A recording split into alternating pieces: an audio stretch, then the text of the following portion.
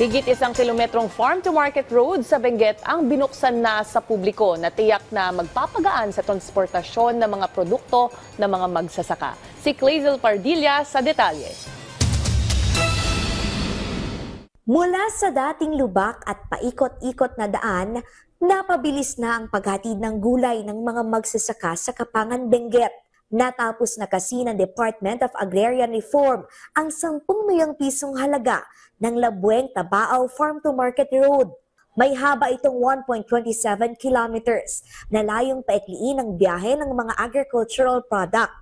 Mabawasan ang mga nasisirang ani at madagdagan ang kita ng mga magsasaka habang napapababa ang presyo ng mga produkto sa mga palengke. Halos 800 magsasaka ang nabenepisyuhan na todo pasalamat kay Pangulong Ferdinand R. Marcos Jr. Ayon kay Densen, hindi lamang magsasaka ang nakikinabang ngayon sa farm-to-market road. Ginagamit din ito ng 80% ng kanilang komunidad.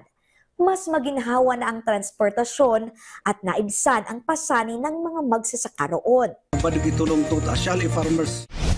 Tuloy-tuloy din ang pamamahagi ng lupa ng Agrarian Reform Department sa mga magsasaka. Si Ofelia nahirap noon magtanim sa lupang hindi niya pagmamay-ari. Ngayon ay may sarili ng sakahan. Dakil iti panagyaman may administrasyon.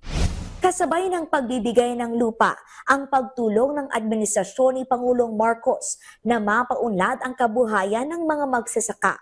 Ang Samahang Nayon Multipurpose Cooperative sa Asingan, Pangasinan, naturuan ng modernong pagtatanim, nakatanggap ng mga libreng binhi at makinarya. Nakatulong kami, Sa Davao del Sur naman, papalo sa 48 million pesos na halaga ng makinarya at pataba ang ipinamahagi sa mga magsasaka roon. Higit kumulang 2,000 magsasaka rin ang nabigyan ng Certificate of Condonation with Release of Mortgage. Nang ibig sabihin ay inalis na ng pamahalaan ang amortization fee o utang na bayaran sa lupa ng mga agrarian beneficiary. Clazel Pardilla para sa Pambansang TV sa Bagong Pilipinas.